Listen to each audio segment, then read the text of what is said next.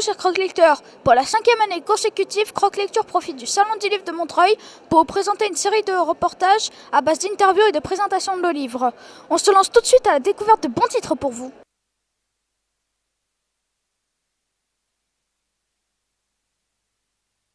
Me voici sur le stand du Rouergue avec la nouvelle collection Épique, dont le premier roman s'intitule Intemporia. Voici ce qu'il raconte. Les ombres blanches l'avaient prédit. Leur annoncement était clair.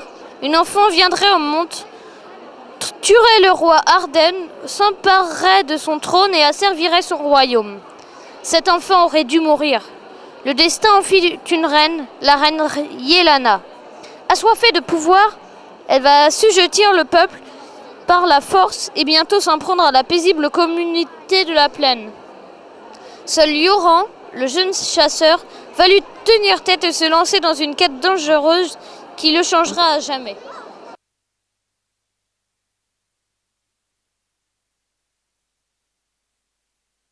Bonjour, toujours sur le stand Rajo, cette fois nous voulons présenter Olivier Gay et sa série Ma couleur est le noir. Bonjour, merci beaucoup. Oui, je suis très content des retours que j'ai sur la série. Ça se passe en classe de seconde avec deux personnages, Alexandre et Manon.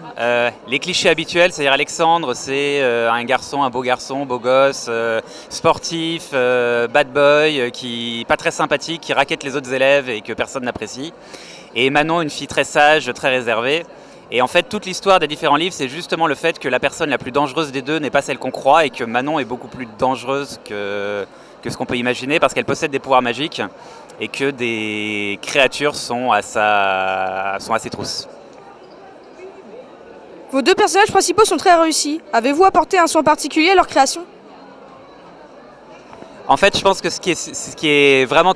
Enfin, moi, ce que j'ai toujours trouvé très intéressant en écrivant des livres, c'est moins l'histoire que les personnages, effectivement. J'adore faire des personnages, j'adore créer des personnages.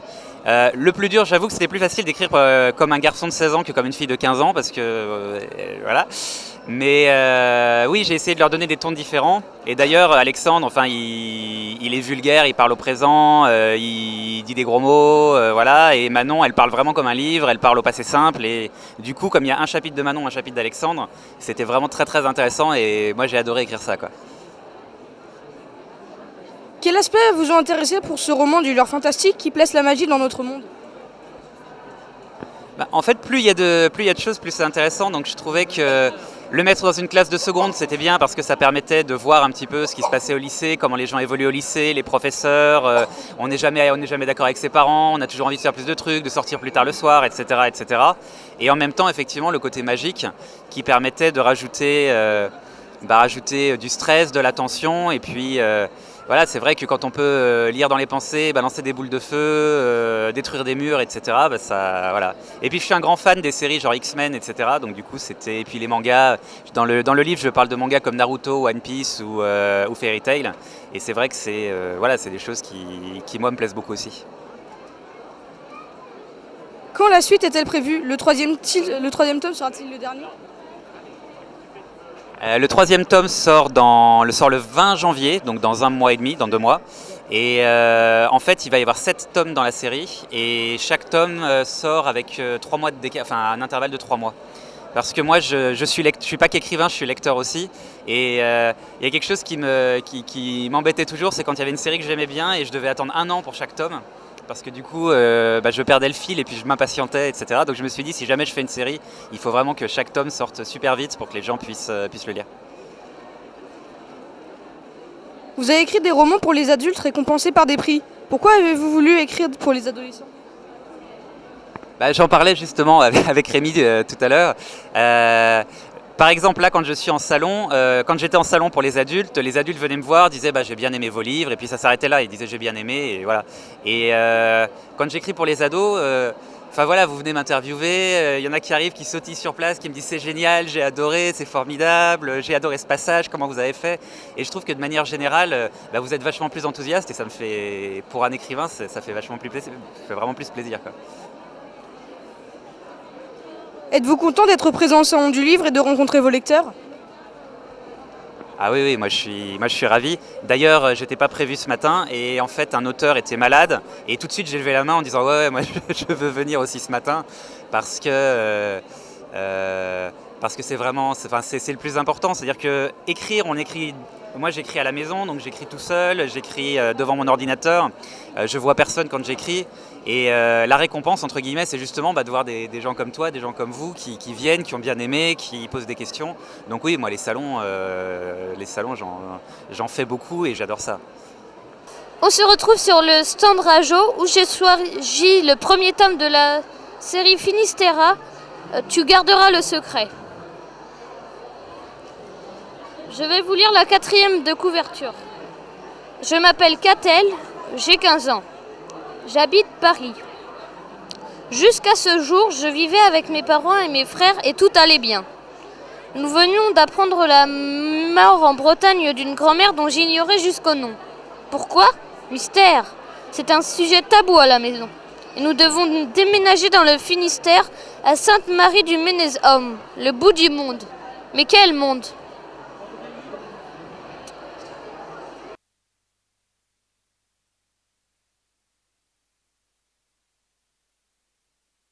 Nous voici sur le stand de Rajo en compagnie de Johan Elliott pour parler de prédictions. Pouvez-vous nous parler de votre nouvelle série Enigma ?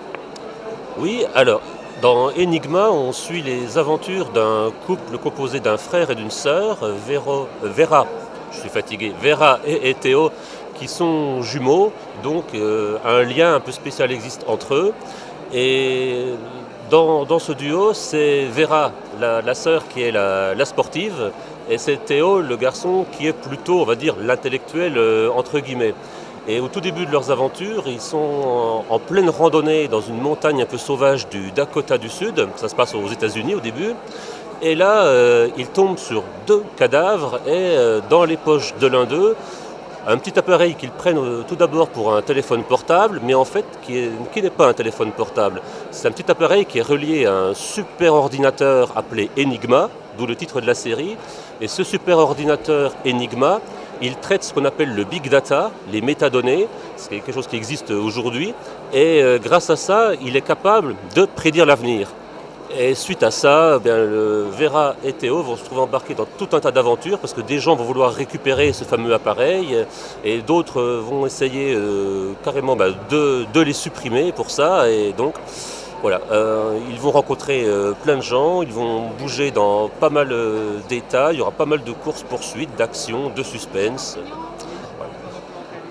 Quand avez-vous écrit Dans la peau d'une autre et Dans tes rêves, aviez-vous déjà pensé relier ces romans avec un même ennemi, l'agent Best ? Alors, quand j'ai écrit le tout premier Dans la peau d'une autre, j'avais pas défini effectivement de revenir à cet univers-là, mais j'ai tellement aimé justement certains de ces personnages et surtout les méchants que j'avais créés, voilà, le super groupe Best, qui en fait fait plein d'expériences ultra secrètes qui souvent tournent mal. Je l'ai remis en scène donc, dans tes rêves et à nouveau effectivement c'est eux aussi les méchants de la nouvelle série Enigma. Avez-vous déjà prévu les tomes suivants ? Alors oui, tout à fait. D'ailleurs, le 2e tome est écrit et il me reste en revanche à écrire le 3e et dernier tome de la série. Je pense faire ça l'année prochaine. Normalement, si tout va bien, les 2 tomes sortiront l'année prochaine. Enfin, le 2e au printemps, c'est sûr, le 3e peut-être en fin d'année.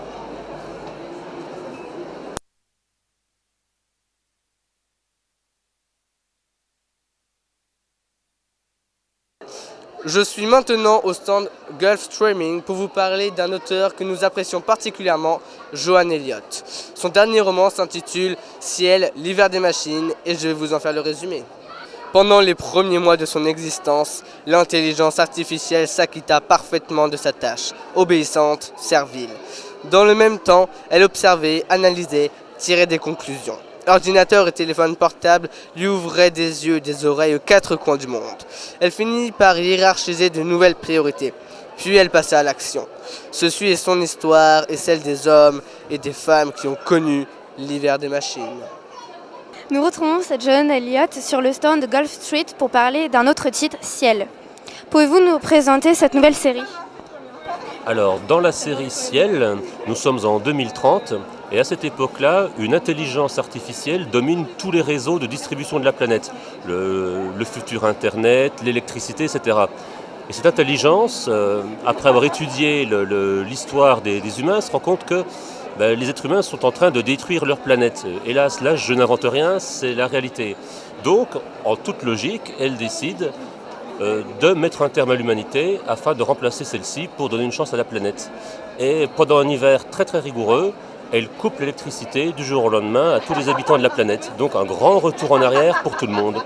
Et on va suivre en fait la réaction de l'humanité à travers les points de vue de 5 membres d'une même famille, la famille Keller, dont les membres sont éparpillés un petit peu partout en Europe. Quelles ont été vos sources d'inspiration? On pense évidemment à Terminator par exemple. Alors complètement, la trilogie Terminator, entre autres, m'a inspiré. Et sinon, je me suis aussi, hélas, inspiré de la réalité, de la réalité écologique et des catastrophes qui s'annoncent. Et d'une autre réalité, c'est qu'on est ultra dépendant aujourd'hui dans nos sociétés de la distribution d'électricité. Et parfois, il est arrivé que certains hivers, par exemple en Amérique du Nord, des centrales électriques ne fonctionnent plus et plongent des millions d'êtres humains finalement dans le noir, dans le froid. Et on s'aperçoit que malgré tout notre progrès, on est bien démunis quand ça arrive. Et donc si ça arrivait de façon générale sur toute la planète, ce serait une vraie catastrophe. Donc je me suis autant inspiré de la réalité que d'autres œuvres de fiction, comme effectivement Terminator. Vous aimez passer d'un genre à un autre, du thriller à la science-fiction. Comment faites-vous pour vous sentir à l'aise et écrire dans chacun d'eux? Ah, très bonne question, mais je dirais que le secret, c'est peut-être justement de ne pas se poser la question. À partir du moment où j'ai envie de m'atteler à un sujet et d'écrire une histoire, je me laisse porter par l'histoire, par les personnages, et je ne me pose pas vraiment la question du style. Le style s'adapte ensuite finalement à l'histoire, tout simplement. Êtes-vous content de rencontrer vos lecteurs au Salon du Livre de Montreuil? Toujours, d'ailleurs, quelles que soient les circonstances, à Montreuil ou ailleurs, c'est toujours un plaisir de rencontrer les lecteurs.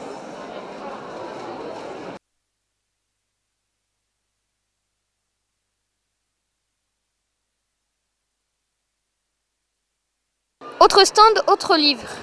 Nous nous retrouvons désormais sur le stand Gallimard Jeunesse avec le roman Et plus encore de Patrick Ness. Je vais donc vous lire le 4e de couverture. Un garçon se noie dans l'océan, désespéré et seul. Il meurt, puis il se réveille endolori, mais vivant. Comment est-ce possible? Quel est cet endroit étrange, complètement désert dans lequel il se trouve? Se pourrait-il que ce ne soit pas la fin? Seth cherche à comprendre ce qui lui arrive, démêlant le réel de l'irréel pour trouver un sens à sa vie.